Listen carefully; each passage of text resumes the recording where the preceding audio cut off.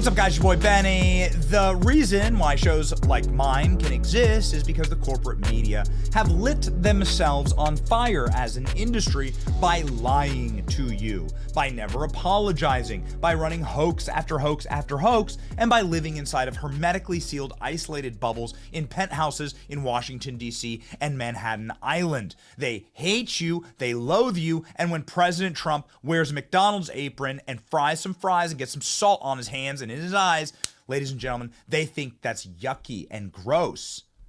AOC called it a costume. No, this is actually real life. And people want real life to connect to. They're sick of being lied to, sneered at, and lectured by pretentious people who are at Diddy parties or on Epstein's plane. That's why trust in media is at all-time lows, as you can see here, even with Democrats. Look at this. Look at the little brainwashed libs. Only 50% trust the corporate media, independents 20%, and Republicans 10%. Way to go. We got to pump those numbers down, boys.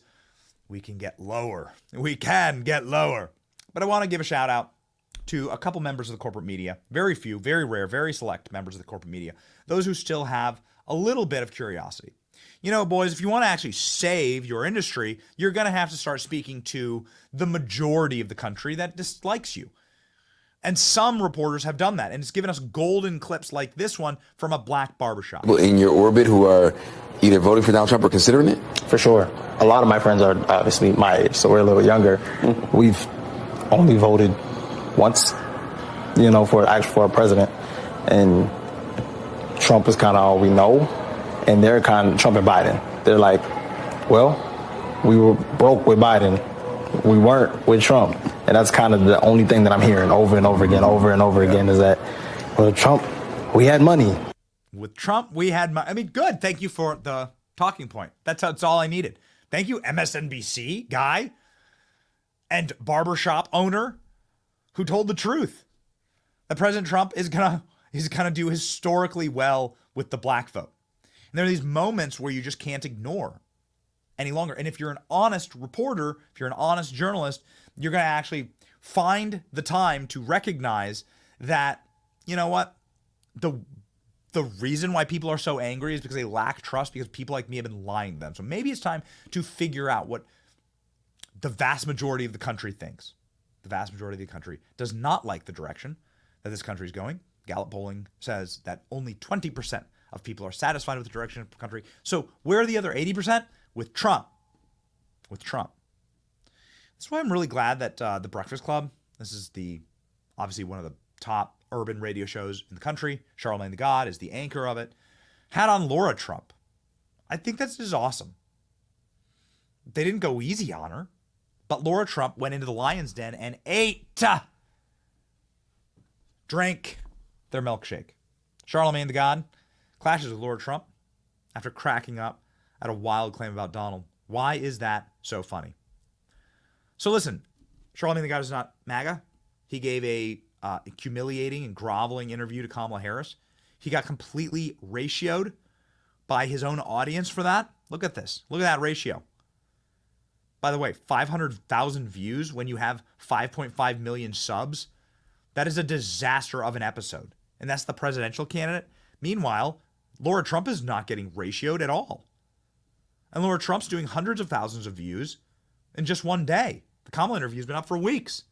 The Lara Trump interview, Trump's daughter-in-law interview on The Breakfast Club, will do better than an exclusive with Kamala Harris. Isn't that amazing? Isn't that amazing? Got to tell you, the clips out of here, clips out of this podcast are incredible. And I want to begin by saying this. God bless Lara Trump. She's a friend of the show. She comes on our show. She's a wonderful person.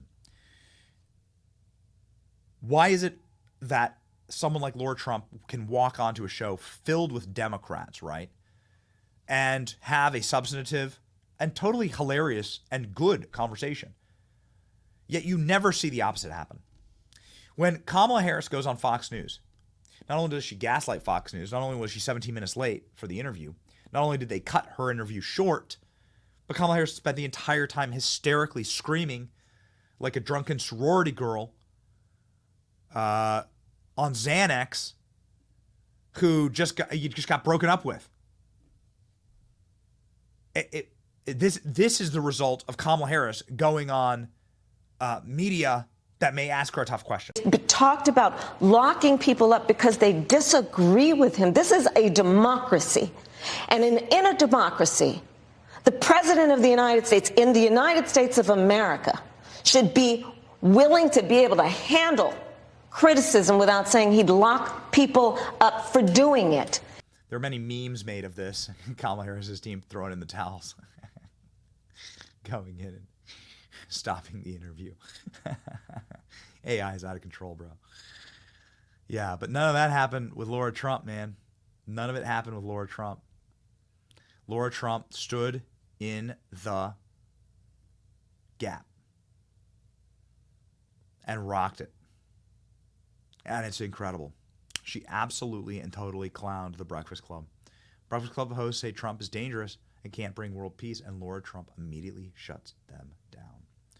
Okay, here we go, ladies and gentlemen. Let's rock and roll. Here is some of my favorite moments on the Breakfast Club for Lara Trump. He was the one who got us the Abraham Accords peace agreements that people said were impossible in the Middle East. So why is that? Why are you concerned about Donald Trump with the nuclear? Did you see what he did on January 6th? What did he do? He got a little bit upset. What did he do on January 6th? He got a little bit upset and used his words. What words did he say, though? The words that you said earlier. Peacefully and patriotically make your voices And heard. then what happened after that? So how were his words actually contributing to that? Because I think that for me, him being able to just push a button, hypothetically speaking, it's a little bit scary because we've seen he gets a little bit erratic when he wants to. Well, nothing happened for 4 years when he was in the White House. And in fact, we had a peaceful world. We had a stable world. We had world leaders who were coming to the table to talk about issues like Kim Jong-un of North Korea, by the way. You know, Obama, when he left the White House, told my father-in-law, he said, the biggest problem you're going to have is North Korea. It is going to be your biggest challenge. It's going to be the hardest thing you're going to have to deal with. And so Donald Trump said, all right, I'm going to try to see what we can do here because we want to have a denuclearized Korean Peninsula. We do not want North Korea with a nuclear weapon. That is detrimental. I mean, talk about nuclear war. Mm-hmm. Can you imagine? Talk about a loose cannon, Kim Jong-un, really? And so he started trying to make contact with him, and he was the first president to walk across the DMZ and shake hands with the leader of North Korea to have conversations about getting rid of a possible nuclear weapon with North Korea. That is great for the world. The world leaders did not even try it with Donald Trump because they knew he meant business. When he drew a line in the sand, he meant it. And the proof is in the pudding. So, you can say, oh, well, we're worried about this. You had 4 years. You had no new wars. You had peace agreements instead of wars breaking out in the Middle East. Look at it right now. It is a hornet's nest, and it is very scary, the trajectory from here to what could happen if you don't have the right leadership in the White House. Lara Trump asked about having the Trump last name. What does this mean for your life? Love this answer. Question. I wonder for you, how tough is it having the last name Trump? Because you are the co-chair of the RNC. Mm-hmm. You do have the last name Trump. We know you're the daughter-in-law. How hard is it for you to have to always answer questions about Donald Trump? Well, nothing prepares you for this. I can tell you, growing up where I would have never expected to have the last name Trump. I certainly would have never expected to be involved in all of this. And yeah, sometimes it's challenging, but I'll tell you, I really believe when history looks back on this man, this is a man who never needed this job. You have to think back, like we were talking about before, Donald Trump was beloved by so many. He really got involved in politics because he felt he could make a positive difference. Mm-hmm. And most people would have had that first term in office and seen how much they fought against him and said, you know what, I'm not going to do this again. But he decided to come back and do it again. They indicted him, not once but 4 times, mugshot, obviously 2 assassination attempts. And this is a man who continues fighting for this country. And I will tell you, I'm incredibly proud to be his daughter-in-law. I'm incredibly proud to have the last name Trump. Does it come with its challenges because there is a lot of negative information out there about Donald Trump? Absolutely. But I can't think of anything better that I could be doing right now than trying to fight for the future of this country. And I really believe that when people think about their life with Donald Trump in office and their life right now, they will always say, my life was better with him in office. And we should all want a great country. And that's what I want. I want it for my kids. I want it for everybody's kids and grandkids. And it's not just about right now, it's about the future of America. Lara Trump talking about what it means to fight for America. And if you don't fight like hell, okay, Charlamagne, you're not going to have a country anymore. Every politician, when you go out on the stump, even after he got shot at, which was terrible, first thing he did when he stood up was say, fight, fight, fight, fight who? He wants to keep fighting for this country. And, this is my father-in-law. I know things get really heated when it comes to Donald Trump. People have very strong... I have no emotion with it. People have very strong feelings about this man. But, gosh, guys, I can tell you, He is not doing this for any other reason than that he knows he can do the job necessary. Our narcissism. He wants to save this country. I always say there's two reasons people run for office. They're either extreme narcissists or they are actual civil servants. Well, imagine having a great life. Imagine giving it all up. Imagine knowing that the very people who were applauding you, who invited you to all the fancy events, who were some of your best friends, knowing, we just talked about this, they're going to turn their back on you. Imagine going through it one time and then saying, you know what, I got to come back and do it again because my work is not done here and I really believe I can do great things for this country. Or you've gotten indicted so many times, that's your way to stay out of prison. And you believe those were all legitimate. I don't know if they're legitimate or not, but he has the charges. I mean, that's up to for the courts to decide. Is but it? He did get convicted of 34 of them. I mean, that's for the courts to decide. I don't, it's not my place to say we what's all know legitimate that or not. if his name was not Donald Trump, none of that would have ever seen the light of day. And I believe all of those are going to be overturned. Because I mean, if he wins, he's going to Overturn him. No, not because of that. You've already seen movement in that way. The appellate courts have already looked at some of the things, like the Letitia James case. All of it. It's outrageous. It's all outrageous, and it is actually frightening because we should want good people with great ideas, great business leaders, great people in whatever section of the economy they're in, whatever their background. We want good, smart people to run for these offices. And what has happened with Donald Trump, I think, is so sad because it really deters good people from running for office. And we really need good people. And Lara Trump talking about racism. A lot of people feel that Trump is racist. And what do you say to that? In 73, of course, it was when he got sued for not running African Americans. And 89, when he took out the ad in the paper. And even saying Obama wasn't born here and show his birth certificate. And there's numerous things. So what do you say to that? Well, I think that's ridiculous. I've known this man for 16 years. And, you can go to each of those incidents and, there was never any proof of anything with the houses that you're talking about. He settled out for that, though, right? Yeah, they settled that. And there was no admission of anything there. Central Park 5, there were so many people. You had a governor Democrat, DA who prosecuted the guys, and they admitted to it.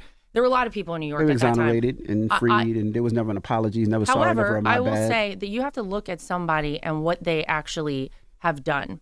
And Donald Trump really was very beneficial to the Black community when he was in the White House. I will say I've never seen this man say a racist thing. I think the attacks are fairly. Why is that funny, Charlamagne? I'm just like, it's hysterical. But I mean, But no, Charlamagne, because people act like listen. there's no such thing as Google, or we don't have TV, we don't Well, have what is radio. it that you think that he said? Here's what I'll say. This is a man who, as I said in the beginning, was beloved by so many people in this country, and he was friends with everybody. You go A lot back of to celebrities. Jesse Jackson, by the way. Please his don't Rainbow do that. Coalition. He had black friends. That's not going to work. No. He let them stay rent free in one of his buildings. The Rainbow Coalition, because he felt like at the time that was a very important thing. You can go pick apart somebody all you want. It is a traditional talking point to attack Republicans, to call them racist. But when you look at the things that he wants for this country, he wants every person to be successful. He wants Black Americans to be successful, Hispanic Americans to be successful, women to be successful. And he worked that way when he was in the White House. Do you notice the difference between the way that Lara Trump handles this, some of the worst attacks on Donald Trump, like the dignity, the grace, the chill that she has, versus the way that Kamala or any lib handles any slight criticism? How they just nuke, they have meltdowns. Charlamagne the God regarding Chuck Schumer laughing at Donald Trump. Why would you be yucking it up with somebody who you consider a threat to democracy? Lara Trump. Well, you have to ask yourself that question, don't you? This would have red-pilled any decently intelligent person. Charlamagne is not that brilliant. Such a great clip. A quote-unquote politician. Yeah. Well, he was friends with everybody. I mean, I think if you look back at Donald Trump's history, he last night we were at the Al Smith dinner, and he was right there next to Chuck Schumer, and he said to Chuck Schumer, who's obviously a Democrat senator, he said, I gave Chuck his first check ever when he was running for like assemblyman or something. So, yeah, That's why Chuck was laughing so hard. Remember we asked why Chuck was laughing so hard? Chuck I was laughing, boy. I don't be liking the optics of that. Only reason I say I don't like the optics of that is because when you hear people like Chuck Schumer say things like Trump is a threat to democracy, but then you're sitting next to him yucking it up. Why would you be yucking it up with somebody who you consider a threat to democracy? Well, you have to ask yourself that question, don't you? Maybe it's all scare tactics. Maybe it's a lot of fear mongering. Charlamagne. What I can tell you is I know Donald Trump. I have known him for 16 years, and Chuck Schumer's known him a lot longer than I have. And I think he knows full well he's not a threat to democracy. And you don't even have to take my word for it. Look at what he did when he was in the White House. Love the way that she checked him on everything that he had to say. She handled this interview gracefully. And they were on the prowl, and she didn't give an inch. Laura ate a 3-for-1 special on The Breakfast Club. Well done, Lara Trump. This is the energy to win. It's so wonderful to see people go competently into the lion's den. And Lara Trump, one of the best. It's your boy Benny. Like, share, and subscribe. See ya.